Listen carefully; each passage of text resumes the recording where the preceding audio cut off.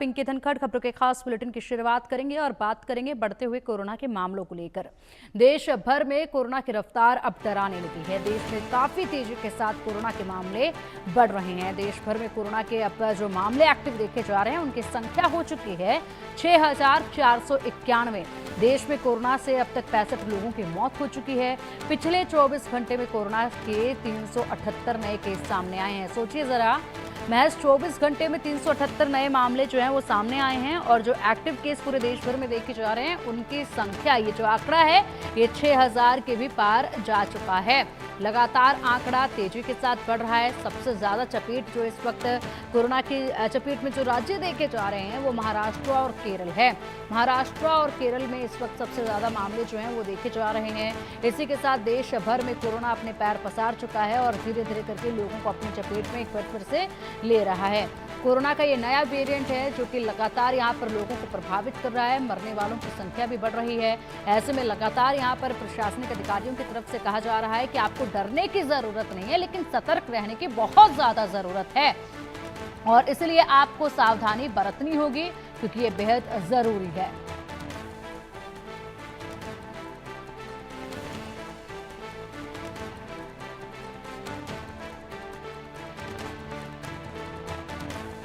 तो न केवल भारत में बल्कि दुनिया भर में ही इस वक्त कोरोना के मामले जो हैं वो तेजी के साथ बढ़ रहे हैं और बेहद तेजी के साथ ये बढ़ते मामले जो हैं चिंता का सबब इस वक्त बने हुए हैं। तस्वीरें आप देखिए, कोरोना की एक बार फिर से टेस्टिंग शुरू हो चुकी है। लगातार यहाँ पर लोगों से अपील यही की जा रही है कि मास्क लगाइए। और देखिए, दुनिया भर में जो कोरोना के मामले बढ़ रहे हैं उनमें आपको बताते हैं, सिंगापुर में बेहद तेजी के साथ मामले बढ़ रहे हैं।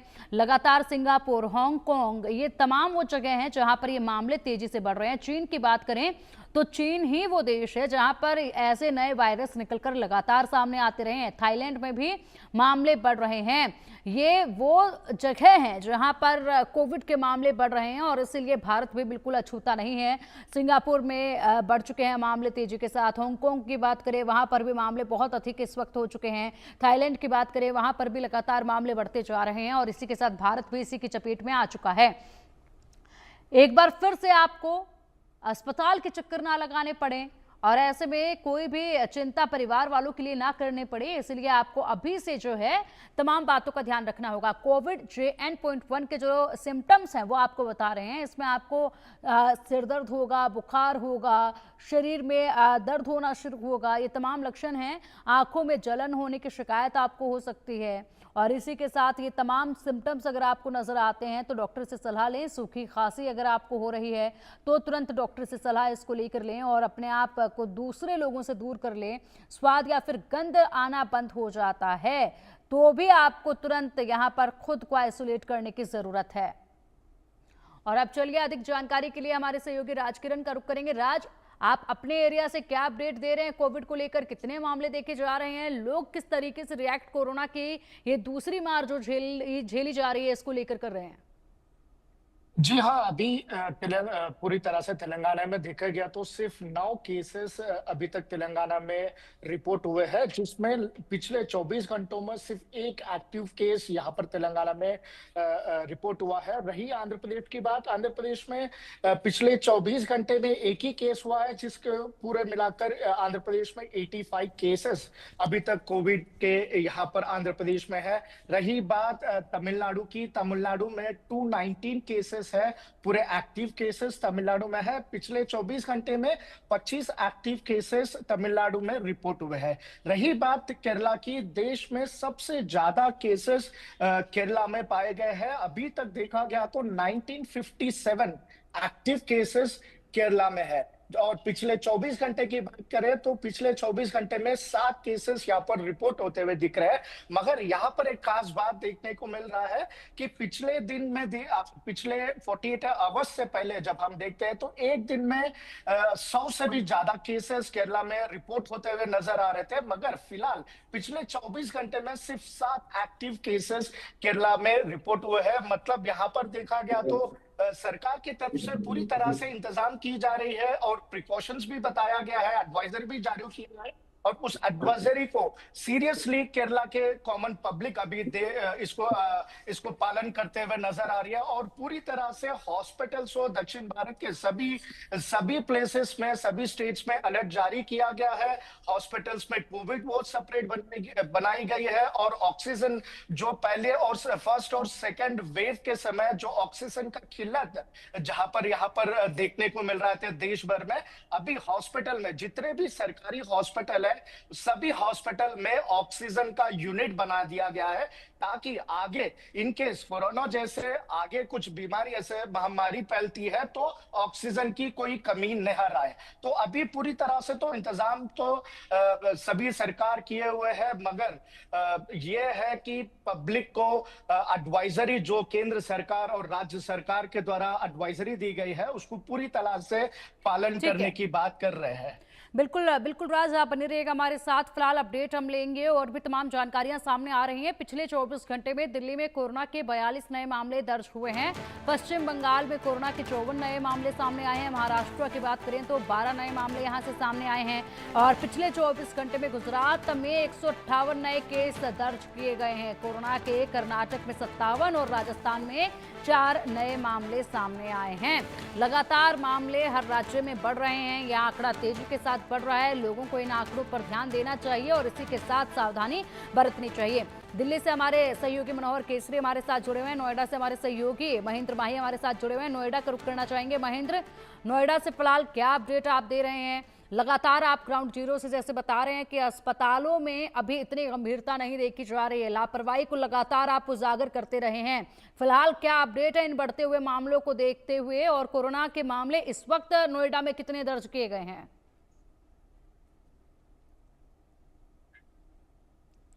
महेंद्र, आपकी आवाज नहीं मिल पा रही है। पिंकी, देखिए जिस तरीके से पूरे देश में ही लगातार जो कोरोना के मामले हैं वो बढ़ते ही जा रहे हैं और जो आंकड़ा है वो 5,000 के पार पहुंच गया है। ऐसे में जब बात आती है नोएडा की, तो नोएडा में सबसे ज्यादा केस पाए जा रहे हैं पूरे उत्तर प्रदेश में।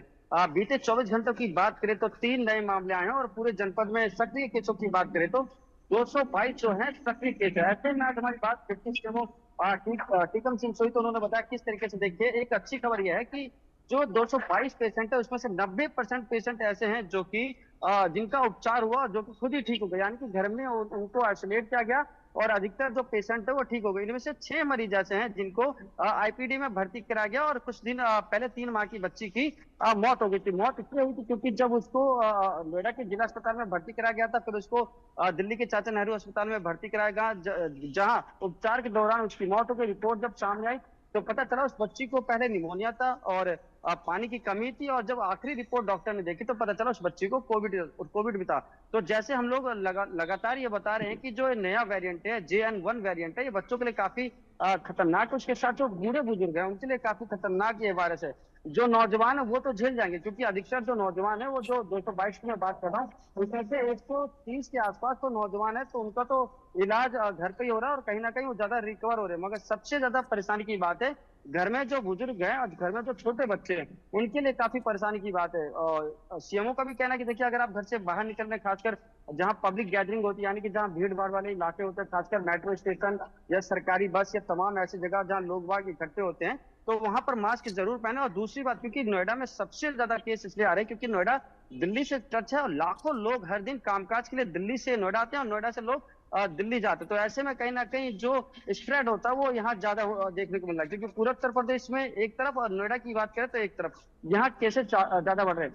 बात करें कोविड की जांच, तो डिप्टी सीएमओ टीकम सिंह का कहना है कि देखिए, हम उन मरीजों का जांच कर रहे हैं जिनके अंदर बहुत ज्यादा सिम्टम आ रहे हैं, यानी कि काफी तेज बुखार है, खांसी है, जुकाम है या सिर दर्द है या सांस लेने में तकलीफ है, उन लोगों का हम कोरोना जांच कर रहे हैं। ऐसा नहीं है कि अगर किसी को भी हल्के सिम्टम हुए तो हम उसका जांच कर रहे हैं, क्योंकि लिमिटेड जांच हो रही है। दूसरी तरफ डिप्टी सीएम टीकम सिंह ने यही बताया कि देखिए, अच्छी बात यह है कि जनपद में अभी तक कोई कैजुअलिटी नहीं हुई है कोरोना को लेकर। जिस बच्ची की डेथ हुई थी उसको पहले ही काफी गंभीर बीमारी थी, यानी कि निमोनिया था, डिहाइड्रेशन की प्रॉब्लम थी, क्योंकि बहुत छोटी थी, 3.5 महीने की उसकी उम्र थी और नोएडा जिला अस्पताल से उसको दिल्ली रेफर किया गया था। ऐसे में उसकी तबियत काफी खराब हो गई थी।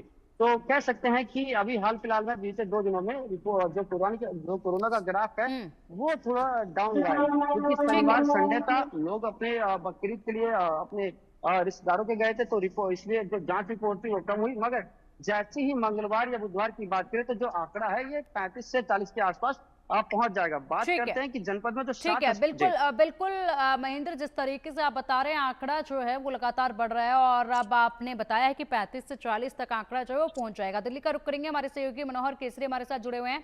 मनोहर, दिल्ली से क्या अपडेट आप दे रहे हैं? हर राज्य में इस वक्त मामले बढ़ते ही जा रहे हैं, इस पर लगाम लगानी अभी से बहुत जरूरी है, वरना बड़ा खतरा है सामने। देखिए, बिल्कुल आपने सही कहा। अगर सावधानी घटी तो दुर्घटना होनी लाजमी है, क्योंकि जो लगातार सिम्टम्स दिख रहे हैं इस वेरिएंट के, जिसमें खांसी लंबी रह रही है, जुकाम लंबी रह रही है और फीवर का ग्रेड भी हाई रहता है, तो ऐसी स्थिति में तमाम एक्सपर्ट्स ये कह रहे हैं कि आपको सावधान रहना है, खास करके वैसे मरीजों के लिए जो कोमॉर्बिड है। क्योंकि अब तक के जो आंकड़े हैं, जो जनवरी से लेकर के अब तक जो 65 लोगों की मौत हुई है, उनमें से अगर आप देखेंगे तो 15 जो है सो मौत केरल में हुए हैं, 18 मौत महाराष्ट्र में हुए हैं, 7 मौत दिल्ली में हुई है। तो ऐसे मरीजों की जो मौत हुई है उनमें से ज्यादातर मरीज वो है जो किसी न किसी बीमारी से जूझ रहे थे। और इस बार ये देखने को मिल रहा है कि जो न्यूमोनिटिक है, क्योंकि आज जो डेटा आया है जिसमें आज अच्छी बात ये रही कि कुछ बीते 24 घंटों में कोई मौत के आंकड़े सामने नहीं आए, किसी मरीज की डेथ नहीं हुई है। लेकिन अब तक जो देखने को मिला है न्यूमोनिटिक ज्यादा हो रहे हैं, क्योंकि ये रेस्पिरेटरी सिस्टम को अफेक्ट करता है। तो ऐसे में देश की राजधानी दिल्ली में भी व्यवस्था की गई है। चाहे हम राम मनोहर लोहिया हॉस्पिटल में बात करें, 9 बेड की व्यवस्था की गई है, वेंटिलेटर की व्यवस्था की गई है, सारे अस्पतालों में दवाइयां स्टॉक कर ली गई है। सफदरजंग अस्पताल की बात करें, एम्स की बात करें, दिल्ली सरकार की जो सबसे बड़े अस्पताल लोकनायक हॉस्पिटल है, जिन्हें नोडल हॉस्पिटल बना दिया गया है, कोई भी मरीज का जो सैंपल्स है वो सैंपल्स वहां जा रहे हैं। अगर जरूरत पड़ रही है तो फर्दर कहीं वायरस का म्यूटेशन तो नहीं हुआ है तो सीधे एनआईवी पुणे भी जा रहा है। तो ऐसी स्थिति में सरकार की ओर से पूरी व्यवस्था की गई है। लेकिन जो आंकड़े हैं वो आंकड़े लगातार चौंका रहे हैं। तो आप देखिए, कल और आज में अंतर ये दिखा कि जो राज्य अब तक सबसे ज्यादा इफेक्टेड नहीं था, वहां गुजरात में आप देखिए 150 से ज्यादा केसेस बीते 24 घंटे में आ गए। दिल्ली में मामले बढ़ गए। तो ऐसी स्थिति में सबको बेहद सावधान रहने की जरूरत है, न तो ये वायरस किसी को भी अपनी चपेट में ले सकता है और जिंदगी और मौत का सवाल होता है। ऐसे में थोड़ा सा भी अगर संदिग्ध है तो तुरंत डॉक्टर से संपर्क करना चाहिए। हालांकि अगर आप देखेंगे इसकी इन्फेक्टिवनेस, मतलब ये कहा जाए कि इन्फेक्टिव जो संक्रमण का दर है वो कम है, हॉस्पिटलाइजेशन कम हो रहा है। अब आप देखिए, राम मनोहर लोहिया हॉस्पिटल में पिछले हफ्ते जो है सो 4 लोग भर्ती हुए थे और चारों जो है सो वो डिस्चार्ज हो गए। मतलब, और जबकि ज्यादा से ज्यादा संख्या में टेस्ट हो रही है, लोग ज्यादा सामने निकल कर करें, लेकिन उन्हें अस्पतालों में भर्ती होने की जरूरत नहीं पड़ रही है। वो या तो सिंपल जो मेडिसिन है, पैरासिटामोल है, वो ले रहे हैं, या फिर डॉक्टर से जो भी एप्रोप्रिएट दवाइयां होती है, जो दवाइयां प्रिस्क्राइब होती है, वो ले रहे हैं और ठीक हो रहे हैं। और राम मनोहर लोहिया हॉस्पिटल के डॉक्टर्स का ये भी कहना था कि जो 4 लोग हुए उन्हें, जो हमने देखा कि कोविड के सेकेंड वेव और थर्ड वेव में रेमडेसिविर जो है तो एक लाइफलाइन, एक संजीवनी इंजेक्शन बन गई थी, वो हजारों रुपये में बिक रही थी, उस वक्त ब्लैकमेल में मिल रही थी। लेकिन इस बार उस दवाई की जरूरत नहीं पड़ रही है, एस्टेरॉइड की भी जरूरत नहीं पड़ रही। तो ऐसे स्थिति में थोड़ी सी सावधानी की जरूरत है और उसके बाद जो है तो आप वायरस पे जीत हासिल कर सकते हैं। जी बिल्कुल बिल्कुल मनोहर, आपने बिल्कुल ठीक कहा। और ऐसे में यह आंकड़ा भी काफी बेहतरीन है, जिस तरीके से लोग अगर बीमार पड़ रहे हैं तो अस्पताल से ठीक होकर अपने घर भी जल्दी वापसी कर रहे हैं। यह आंकड़ा भी वाकई में अच्छा है। लेकिन इन आंकड़ों को देखते हुए कि हम ठीक हो जाएंगे एक बार कोविड की चपेट में आए, या फिर पुरानी वैक्सीन हमें लगी हुई है तो कोविड हमारा कुछ बिगाड़ नहीं सकता है, इस भ्रम में लोगों को नहीं रहना है। लोगों को सतर्क रहना है, जरूरी कदम उठाने होंगे। फिलहाल बहुत शुक्रिया आप तीनों का ही इन तमाम जानकारियों के लिए, और अपना भी विशेष तौर पर ध्यान रखिएगा ग्राउंड जीरो पर रिपोर्टिंग के दौरान। बढ़ेंगे आगे। दिल्ली में यमुना की सफाई